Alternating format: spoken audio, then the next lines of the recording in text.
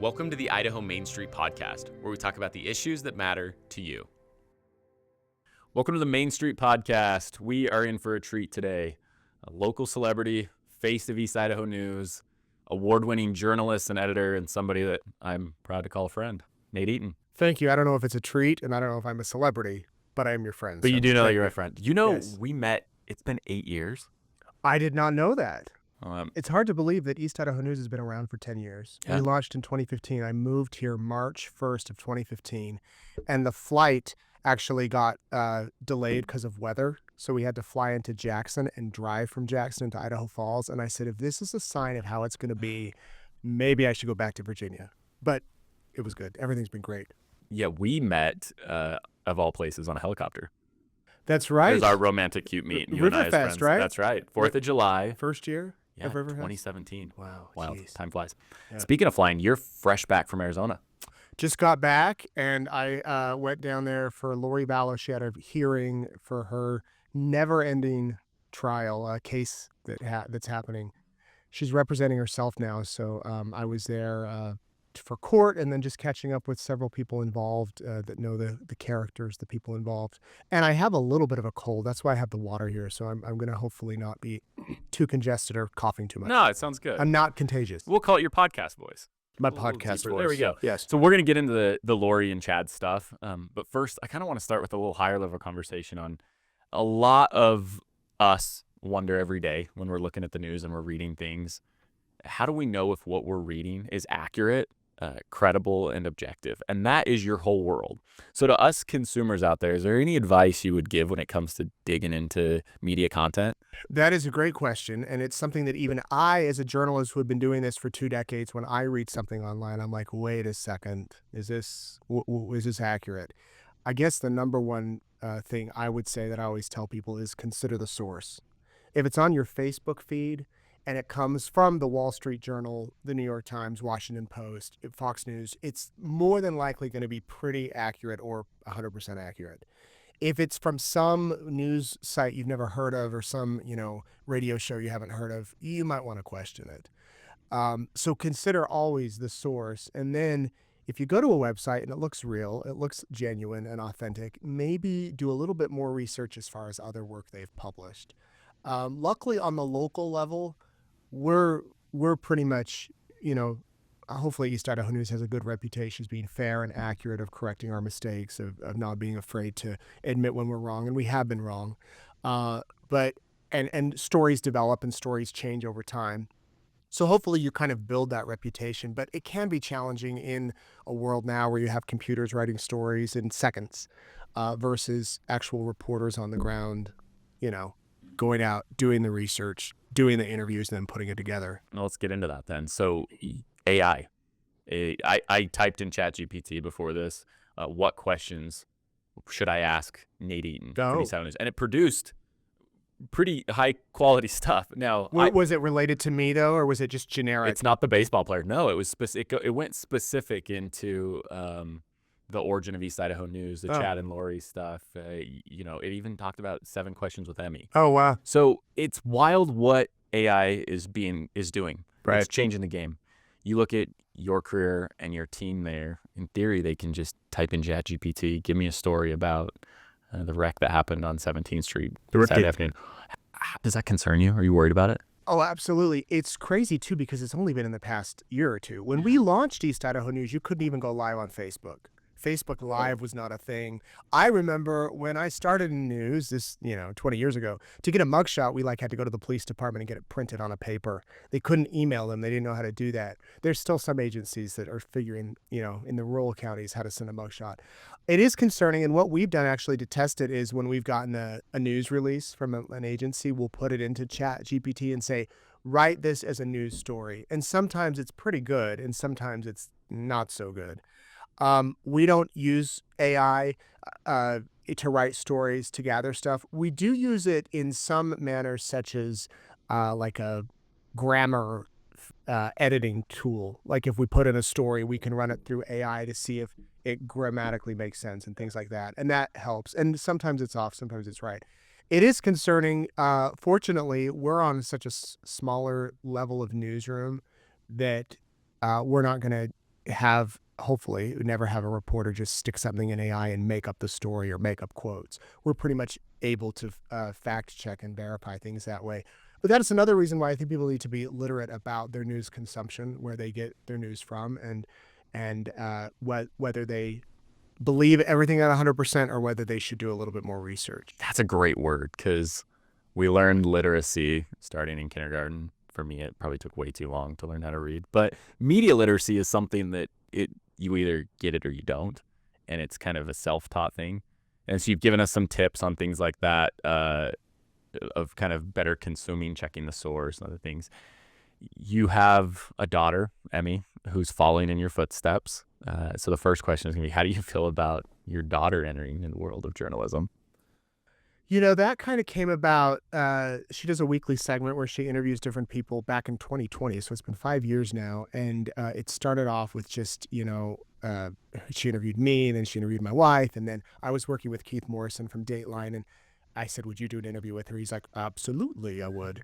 So he did. And then NBC Nightly News called the next day and said, we want to do a story on Emmy. And then the Drew Barrymore show called. And then it kind of morphed into something. We have had interest in not reality show, but like one of those shows on like a streaming service or something that we cautiously pursued and then didn't pursue it. We probably could have, if we really wanted to make our child a star, I think we probably could have if we pursued it, but we would have lost control. We would have lost, the fact that right now we choose 100% of what she's doing, who she's interviewing. We've been invited to red carpet events for her of programming that really doesn't fit the demographic for her age that we've had to turn down. That would have been really amazing trips to LA and really interesting shows. So she can do what she wants to do. I mean, if she came to us tomorrow and was like, I'm done with 7 questions, I don't want to do it anymore, that's fine. We're not going to push it. If she wants to go on and be a journalist, I would have a lot of opinions. They always say, like, when you're a parent, you don't want your kids to do what you did in most cases. So I have a lot that I would say, like, oh, it's changing so much. But in a way, there's so many more avenues and so many ways to get out your word now with Substack and other news platforms that, we would support it.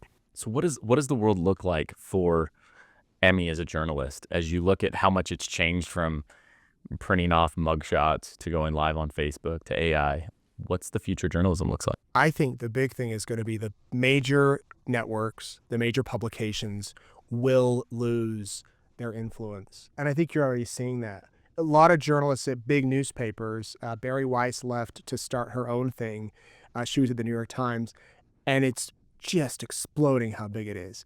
I think people are going to turn to alternative sources of news because they trust the journalist, because they trust the person. They know that if I like Megyn Kelly, I can listen to Megyn Kelly and I'm going to trust her. I'm going to believe what she says. Or if I like Anderson Cooper or Rachel Maddow, whoever it might be, you trust that person. Whether they're giving you 100%, you're going to stay loyal to them. And so maybe in 10 years, do we have the nightly news? I don't know. I'm more concerned on the local level because local newsrooms are so important for communities. Look at the wildfires in California. Those local reporters are out there telling stories where the national media just kind of swoops in and does their thing, and then they're gone. They're gone in 2 weeks when the people are left rebuilding. So I worry about local news, especially in smaller communities, that, hopefully there's always local reporters bringing the community the news. Okay, so there's a little optimism in there as you think about people staying true to credible journalists, but I think the overarching argument is that institutions as a whole are suffering when you look at whether it's government, church, healthcare. People's trust of institutions as time goes on seems to fall. And so you're saying that the institutions in media are the ones that are going to suffer, but if you have credible journalists, that in the future people will stay true to them. I think so. And I tell you what, it's very hard to make money doing news. It's very hard to get, you could put up a paywall, and then people will pay, but a lot of people don't want to pay for news. It went back to when the internet first came around and newspapers and TV stations were putting all their content out there for free. Well, once it's free, it's very hard to pull it back. So you can charge your consumer, you can charge the readers, or then you got to rely on advertising dollars. Well, advertisers a lot of times they don't want to associate with news because it's crime, it's politics. Yeah. They want to have a clear message. So then you rely on donors, which NPR and other organizations do. You rely on sponsorships of certain segments. If I wanted to make a lot of money, I wouldn't have gone into news. Entertainment is where the money is, or show business, things like that. So if you can build a brand around yourself, become a reputable news person, go off and start your own thing, and have people will pay to support you, then I think that is the way. Will there always be ABC, NBC, Fox? Probably. Look at the numbers though on the nightly newscast. It just drops every single year. So the influence might go away, and there's more ways for people to get news now versus 20 years ago, where you can, if you see something on the ABC nightly news, you can say, well, that's not what I found on such and such, some other website. So is that the future of East Idaho News? At what point does the Nate Eaton brand become too big to stay with that institution? Oh, I don't know if that my brand, quote unquote, will ever be so big, but I think East Idaho News hopefully will be around forever because it is hyper local. We're locally operational. All of our reporters are here. We do rely on national, AP, CNN is our national news company, as far as national stories. But hopefully we're always here because there is a need for local, and because we have local advertisers who support us, who sponsor us, who believe in our mission to bring you the news. We don't get opinionated on there. We don't even have an opinion section, which I know if we did, it'd be our most viewed section. Yeah. If we had letters to the editor, if we had op-eds, everybody would go there. But we just want to bring you the news, the facts, the nuts and bolts. Here's what's happening. Maybe we'll expand into other departments one day, but for now, that's what it is, and hopefully we're here. And hopefully it's around long after I'm here. Do you read the comments? Me personally, rarely. Very rare. What's your opinion on the East Idaho News comments, whether it's on social media or on the page? I probably have said more than anyone on our staff that we need to get rid of the comments. Because I just, sometimes they bug me, and that's why I can't read them anymore. I haven't read them in years. There's certain stories I know that when we're about to post them, I'll be like, all right, I got to see what people are saying. And then comments that are, need to be flagged are brought to my attention. We have a comment moderator, and then we have other people on our team that they'll be like, hey, this one's concerning, or if there's legal threats. But I'm always overruled by our team about keeping them because they do kind of give you a pulse on what people are thinking and what they're saying, and we get a lot of news tips through the comments. Really? People that read the comments, and people that come just for the comments. They want to see what the comments are. So I don't know. I think we'll always have them. A lot of news agencies have done away with them. It's a tricky thing to moderate too. That is one job I would hate to have, but Peggy, our moderator, does a great job. Bless her. I think it was Winston Churchill who said the best argument against democracy is a 5-minute conversation with the average voter. And sometimes when I read the conversations, I think, oh man, some of these people vote, and their vote is the same as mine. And those comments are an absolute circus at times. Right. Well, I found out a few years ago. My friend was texting me late one night about some story, and somebody famous had retweeted one of my tweets. And then, so my friend texted me and said, hey, I follow this person on Twitter, and I saw they retweeted you. And I said, oh, you're on Twitter? And he said, yeah. And he sent me his handle, and I went and looked at his tweets, and I'm like, you're one of our commenters who's always going after us. So he's like, yeah, but don't tell anybody. So it makes you wonder how real many of those comments are. But there are the loyal commenters too that are always there, that if we haven't heard from them in a few days, we're like, uh-oh, is everything okay with so-and-so? Well, and that circles back to your initial point that if we can trust somebody, if they're willing to put their name on it, if they're willing to put their face on it, and they have a history of credible sources, that's a lot more trusting than that person that has, the indistinguishable profile picture and crazy handle. Right. Yeah. So we promised, and we have to get into some of the Lori, Vallow, and Chad Daybell stuff. Let's start at the beginning, and then I want to get through to where we currently are, because this, like you said, never ending. At what point in time did you realize that this story was something different than, and you've, for the record, have covered big stories from the Virginia Tech shooting Yeah. to the DC sniper execution. You've been involved in big stuff. At what point did you realize that this was different?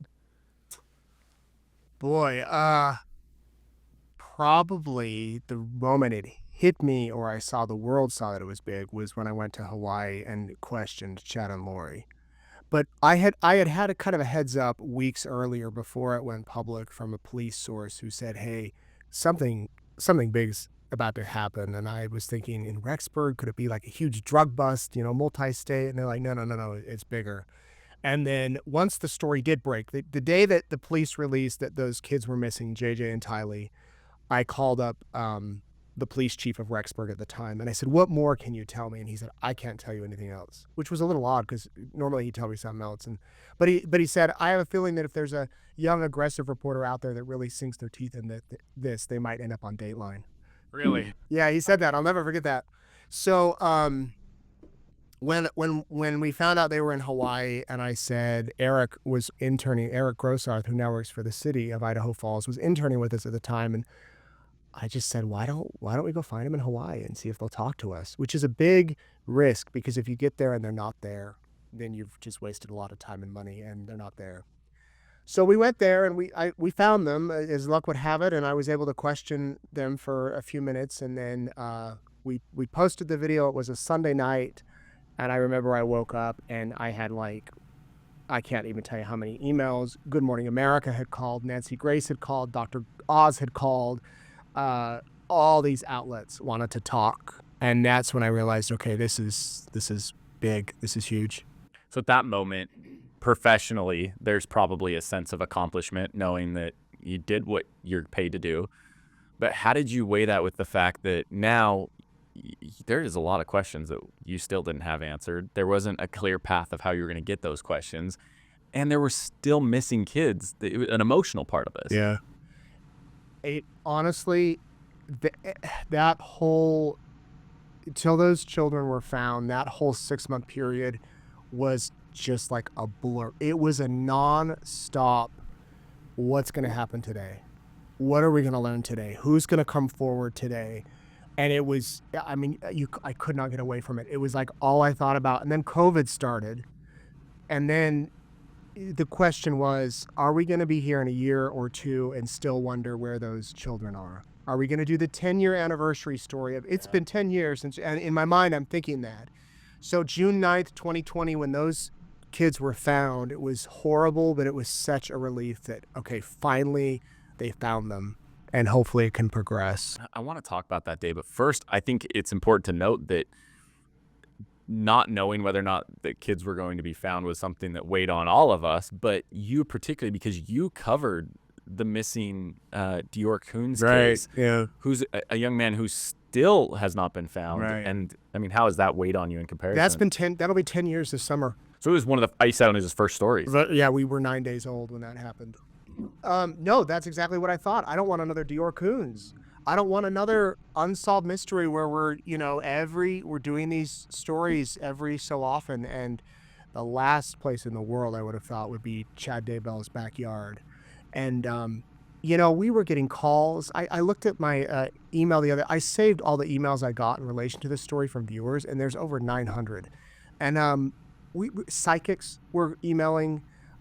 People that were having dreams would call and want to talk to me about, have they looked here? Have they searched here? And anything that sounded legit, we'd say, call the police. You got to call the police. And they were getting these, times 10 versus what we were. So it was wild, and it was a rush. I mean, it's a journalist's, it was crazy, but also, I don't want to say fun. It was just, as I said, every day. You didn't know what was going to happen. Oh, they're flying Lori back. I mean, I had people in multiple states sending me legitimate tips, like her flight plans and where they're going to land, and we're at the airport when she gets down. I mean, one thing after another. It was a wild time. I would never want to relive it. I hope there's never another story like this, but yeah, it's been crazy. Why do you think this one captivated the world as much as it has? Because kids go missing every day, and unfortunately, kids die every day. This is different, and the way that it captivated not just Eastern Idaho, but as you mentioned, you have people from all over the world following this. Right. Why is this so different? I think you have all the elements of a story. You've got money Okay. of what makes a good story. You've got a romance. You've got the sexual component of. I mean, when the photos came out of Lori Vallow and Chad Daybell, it's like, beautiful blonde, more homely looking guy. What is this about? You've got the religious angle, which really captivated a lot of people. The mystery. So everybody loves a mystery. The mystery of where are these kids? What happened? It's a complex web of multiple states, multiple people. You've got all of those elements combined into one. And then you've got a couple who's in Hawaii on the beach who won't say anything, who think they're gods and goddesses. I think it just was oh my gosh, we got to jump on this, as far as like every national outlet and Netflix and those type of things. And how much of this story did you have put together, early on, or how much of this were you finding out the same time as us? Were there things you were sitting on? Oh, I'm still finding stuff out that I don't know, but um, there was a lot that came out of the trials, a lot that I knew, a lot of what people told me off the record. And this past weekend when I was in Arizona, a lot of what I was meeting with different people who told me still new stuff that I can't report yet, that's off the record, that might come out one day. That's not like vile, bombshells in the case, but interesting side information. So yeah, it was kind of learning as we went, and also not overdoing it. And I know a lot of people watching might say, "Oh, you guys did overdo it. You were doing stories all the time." We were getting web traffic. We still do anything with that story. Our web traffic goes through the roof. We could have done one story every single day for the past 5 years, and I could still be doing it and still be getting the web traffic. That's like maybe the temptation to do it, because that readers are going to read it, but you also have to realize to a point, at what time does it become sensational versus newsworthy?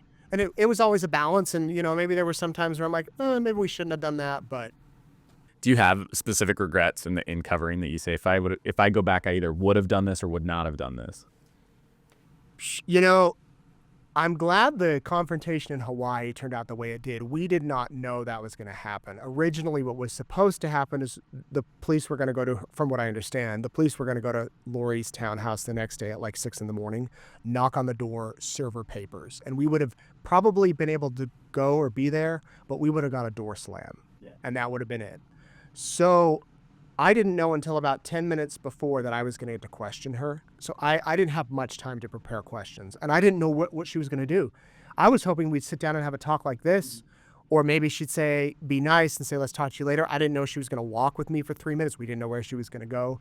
And that actually, had I had like 2 days to think about that, it would have eaten me alive. Like, should I ask this? How should I phrase this? I just had to go with it. So I'm sure there's some regrets, not that I can think of off the top of my head, though. It came across very real and raw, and at times you can not just hear Nate the journalist, but Nate the dad in there.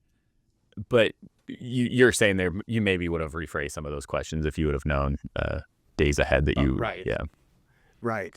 And actually, some of the officers that were there, I remember one came up to me and said, I'd really love to know why they're over here on the beach while their kids are missing. And I'm like, oh, yeah, that's a good question. Like stuff that I hadn't really thought about, because I'm trying to figure out what's going on there on the scene. And I was there as a dad. I left the house the day before. We flew in the night before, got there at midnight, so very little sleep. And my kids were sick at home, and I had just gotten off the phone with my wife, who's dealing with sick kids.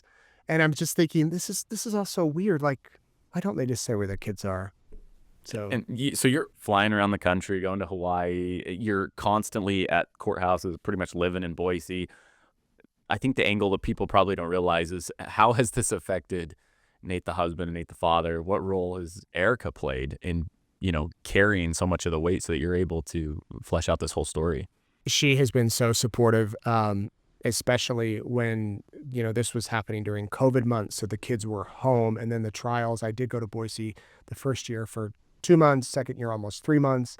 A lot of times it's like this past weekend, I'm going to go to Arizona for 3 or 4 days. She has been 100% supportive. In fact, I did a nightly recap show during the trials, and she would occasionally come on, and all the viewers are like, we need more of her. We need more of her from the female perspective. So we thought about maybe having her come on more. She can really give her opinion. I kind of give the facts, and she can share her thoughts. But she's always been very supportive. My entire career, I knew something was there when we were dating years ago, almost engaged. And we had planned a huge barbecue. This is when I lived in Virginia for all these friends. We were coming over. The chicken had been marinating all day. And I get a call an hour before the barbecue from our newsroom saying, we need you to drive up near DC. A child's been abducted from Target. And I'm like, ugh. So I'm like, Erica, I just got called into work. We got to cancel the barbecue. She's like, okay, no worries. Hope they find the child. And we ended up going all the way up to DC, and it turned out it was a hoax. It didn't really actually happen. So I knew from that moment, I'm like, wow, she's been supportive through the Christmas mornings I've had to work, through the holidays, weekends when I've been called out, and continues to be. And that makes it so much easier. A lot of people in the news business don't end up married for very long because you're married to your job, and then you've got a marriage at home. Yeah, anyone that knows Erica loves Erica. I agree. We just can't figure out how she ended up with you.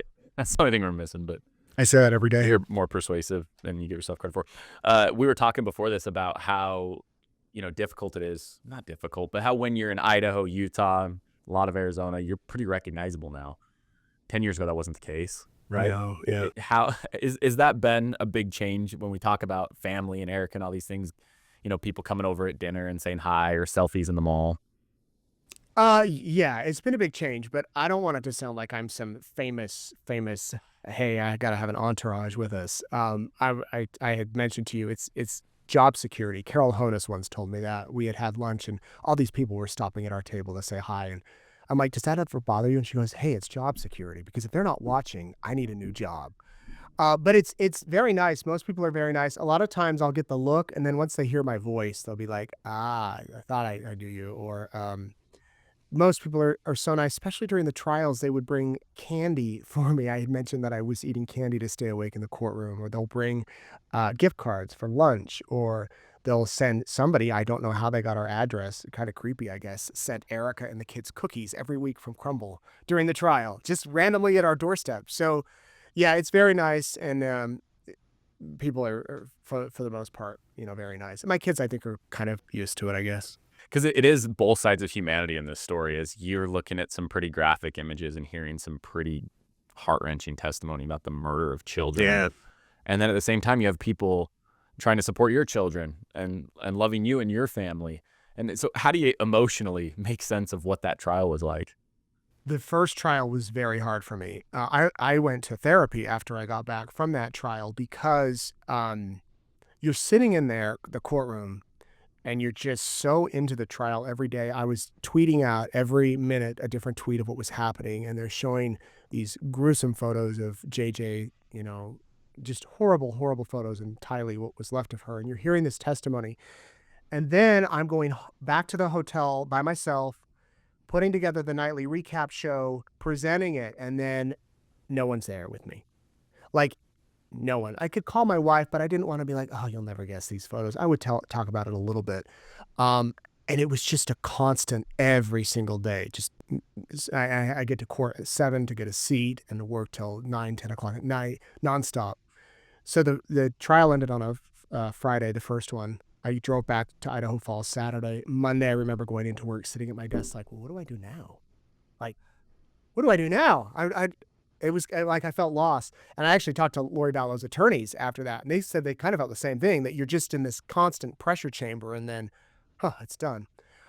So yeah, you kind of have to cope with it and realize that there's so much good. And I have a picture of JJ and Tylee in my office that a viewer sent that they had like watercolored, which is very beautiful. So I think about them every day, and probably forever will. And along with Tammy Daybell and Charles Vallow, and that trial's coming up here in a few weeks. So we'll see what we learn there. And you're an objective journalist that doesn't make predictions or say, well, they did it or they didn't do it. But was there time during either of those trials that you were worried that it was going to be not guilty?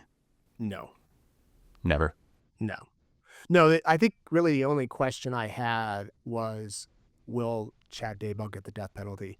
And I will say I was a little surprised that they did, because I had taught that he did, that the jurors gave him death, because at the time the whole Creech death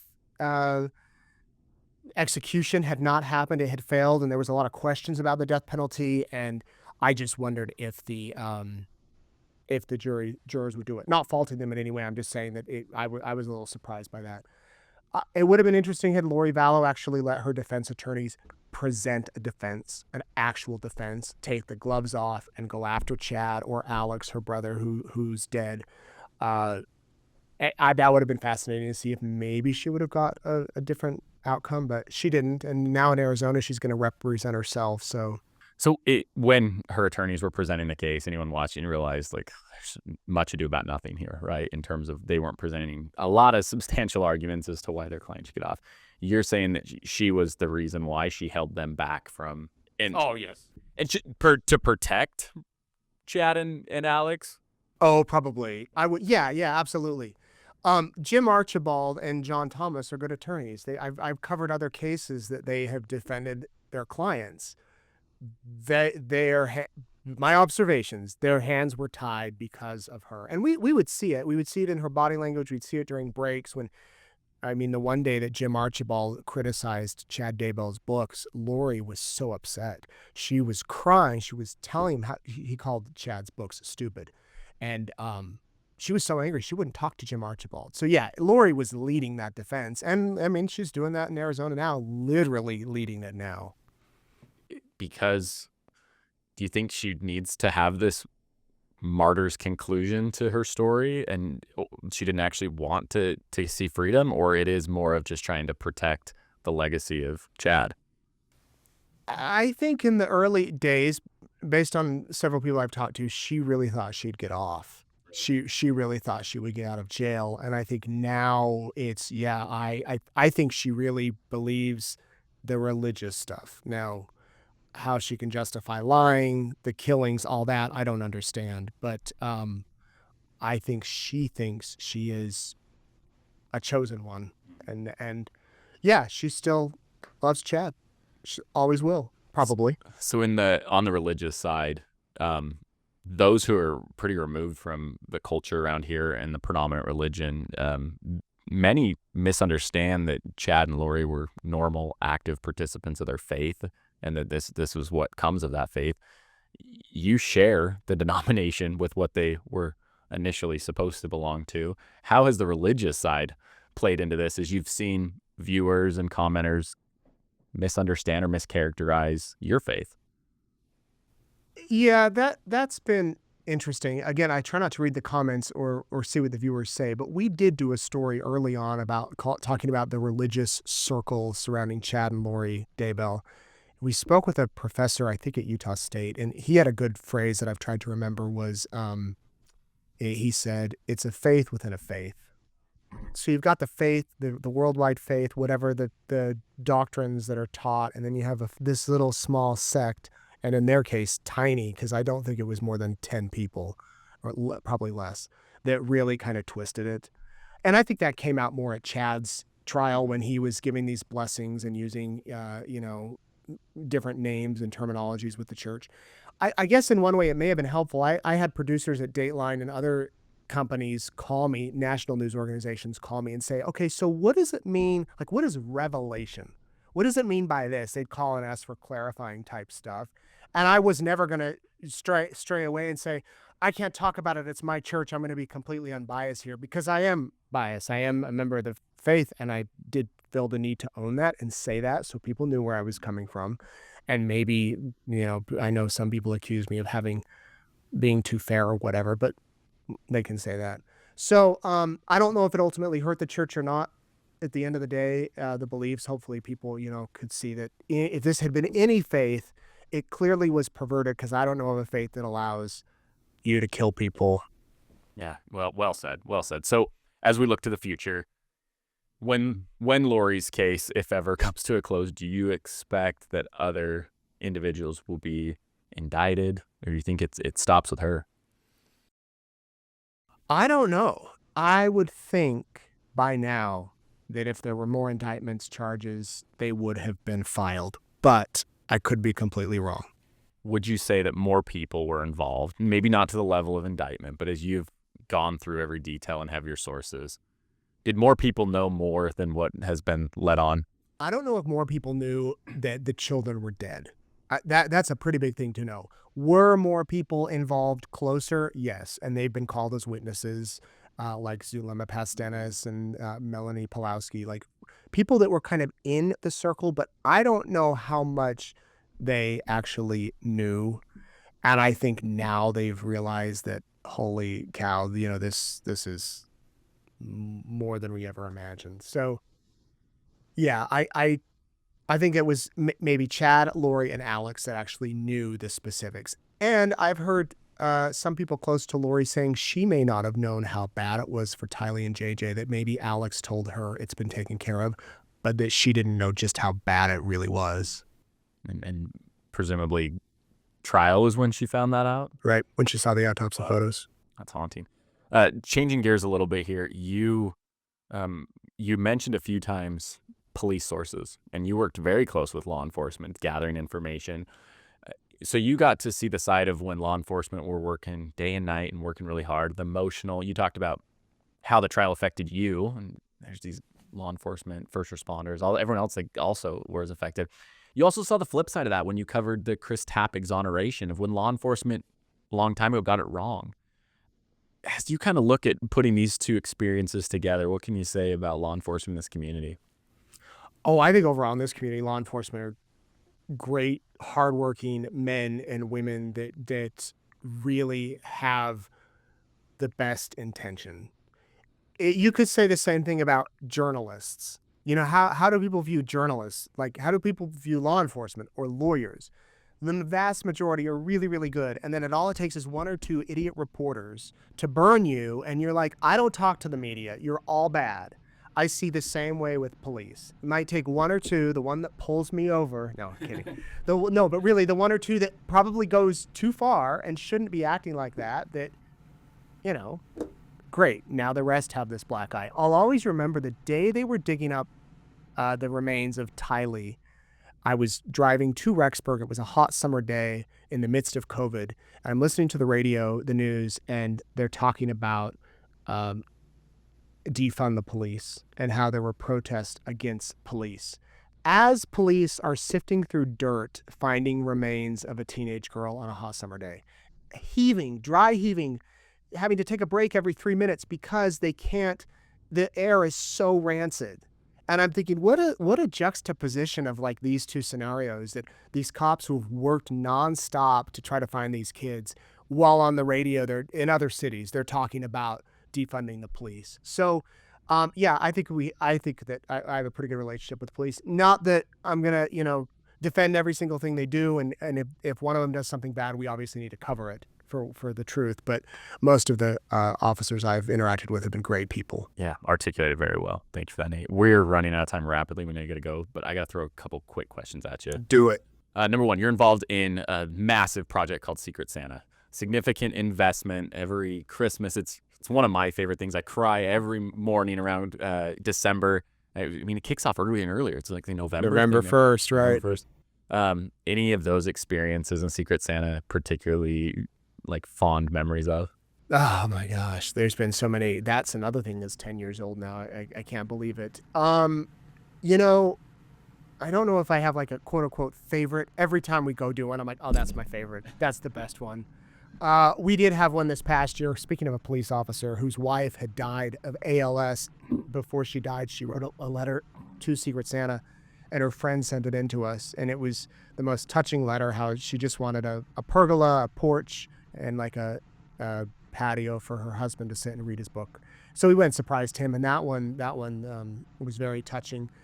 But it's really interesting to travel to these small communities. We'll go wherever in eastern Idaho, and we went to Aberdeen this past year, and I said to my crew, I'm like, I think the last time I was in Aberdeen was last year at Secret Santa. You go to these small communities once a year, you see people from all walks of life who are just trying to do the best they can. They've run out of luck. They've run out of money. They think nobody cares about them. Nobody knows them. And in 2 minutes, we're able to drop off a gift from someone else that hopefully changes their lives and lets them know that they're cared about and they're valued and somebody thought about them. And so we just get to drop it off, give away someone else's money, and share it with the world. So it's really fascinating. It's a ton of work. It's all we do for those 2 months, really 2.5 months. But it's one of my favorite parts of the year. Us too. We love it and hope it continues. What can you tell us about Secret Santa? About the person? It's a secret. Secret. we'll never If I know. told you, it wouldn't be a secret. I didn't get any scoop there. No scoop. There's a concern amongst the community that the Nate Eaton brand will get gobbled up by the likes of Keith Morrison and Dateline. Calm us and promise us that you're never going to leave us. I am very happy in East Idaho. I have had other interests and offers from other places, but I like it here. I like, at East Idaho News, I kind of choose what I do. If I want to go out and do a positive, happy story, I'm going to go out and do a positive, happy story. If I want to do a crime story, I get to do a crime story. I am a contributor for Dateline NBC. That basically means that I might be appearing on some of their shows, over the next few months and whatnot. But not moving to New York, not moving to LA. I'm here. Thank you. Will you come back? We have lots more questions for you. Sure. Hey, we appreciate it. You've given us a lot to think about. We've covered a lot, from the future of journalism, the Chad and Lori case, Emmy's future as a journalist, and all the exciting growth of East Idaho News. But good things coming. Thanks for having me. Thanks, Nate.